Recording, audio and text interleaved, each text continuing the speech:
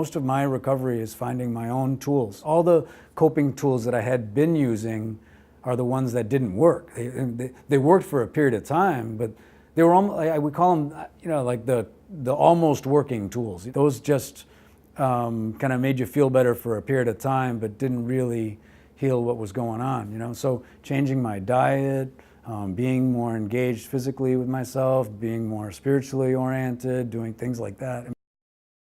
You have to learn to accept your mistakes.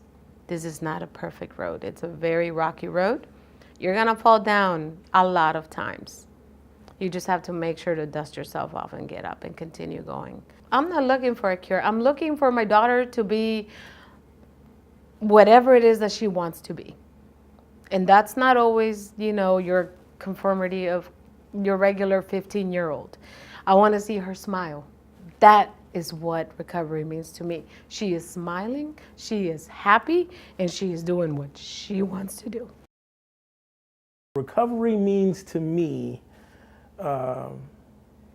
taking it one day at a time, not getting too far ahead of myself and not focusing too far in the past. Just taking it one day at a time, taking it easy.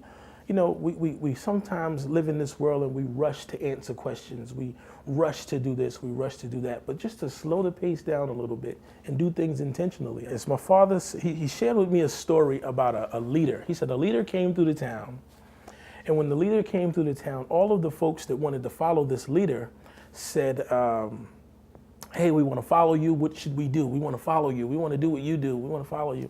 And he told them, go and study yourselves, is what he said. And they went away for a couple of weeks and they studied themselves. And then when the leader came back through the town, they said, hey, we've studied ourselves. Now what do you want us to do? And he said, I want you to go study yourself some more. And that has been great for me in my recovery. I do think recovery has to be defined by the individual who's in it.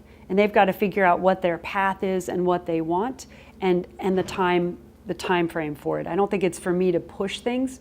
I can certainly stand on the outside and say, I'm noticing something, or it seems like this is really hard right now, how can I be helpful? But it's not for me to determine what the helpful step needs to be. It's for me to ask, how can I be helpful?